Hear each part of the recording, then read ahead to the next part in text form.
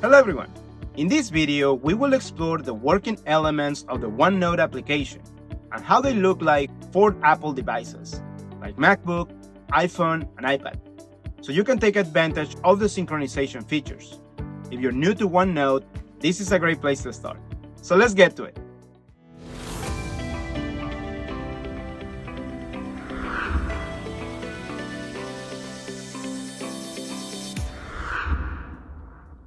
To open the application, click on the Launchpad on your MacBook and search for the OneNote app and click on it. There are several working elements that you need to get familiar with in the application. First, we have the Ribbon tab. The ribbon is the most important working element of the application. This is a control bar with multiple tabs containing several groups of commands categorized by function.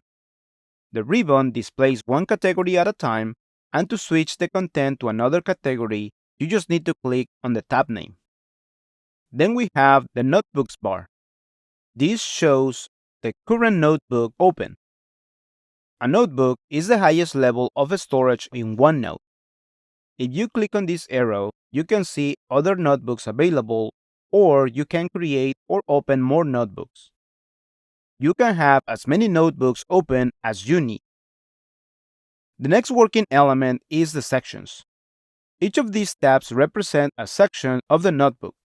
You can add sections by clicking on the plus sign, or remove sections by clicking on the tab that you want to remove and then select Delete. The section will have a default name, New Section, until you provide a name. Double-click on the tab to rename the section. Then we have pages. Each section can have as many pages needed and are independent between each section. To add more pages, just click on the plus sign, or to remove pages, right-click on the page and select Delete. All this white section is the main work area of the application.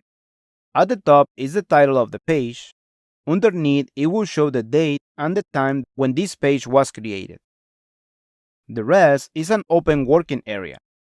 You can start typing, adding images or shapes anywhere.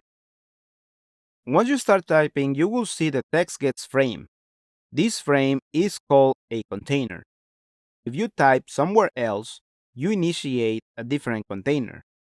These containers can be edited, moved, copied, or deleted. Now let's switch device to iPhone. Open the application from the home page. In the case of the iPhone, there is no ribbon tab, and each working element is shown one at a time. The first element is the notebooks. Here, it will show which notebooks are currently open on this device and will give you access to create a new notebook if you click on the plus sign, or to open other notebooks if you click on the More Notebooks link.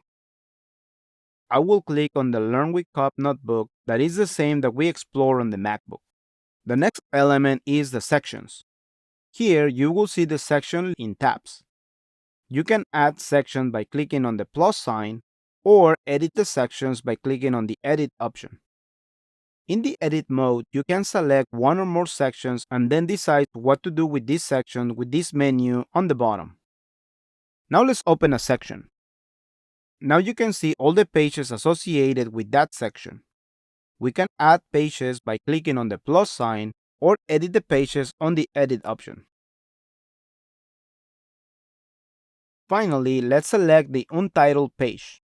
Similar to the MacBook, we have the title on the top, and then the date and the time of the creation of the page, and the rest is a working area. You can add text, picture, drawing, etc. Let's switch now to a tablet iPad. Open the application from the home page, and the iPad app is very similar to the MacBook. We have a simplified ribbon tab with 4 different tabs and several groups of commands. The next element we have is the notebooks. Here it shows what notebooks are open in this device, and you can create a new workbook by clicking on the plus sign, or edit if you hold a tab. Then it shows some options to edit. Select Learn with Cup. Then we have the sections. Here we have listed all the sections available. You can add more sections by clicking on the plus sign and edit if you hold a tab. Then it shows some options to edit. Now select Section. Now we can see the pages under the section. Similar to the sections, you can add more pages by clicking on the plus sign and edit if you hold a page. Then it shows some options to edit. Similar to the MacBook, we have the title on the top and then the date and time of the creation of the page. And the rest is a working area. Here we can add text, pictures, drawing, etc. Now you know how OneNote looks like on all different devices. I hope you find this video helpful to get you familiarized with OneNote. Thank you for watching, and if you like my content, don't forget to subscribe to my channel to get access to my series of tutorials to learn more about this application. I'll see you in the next video.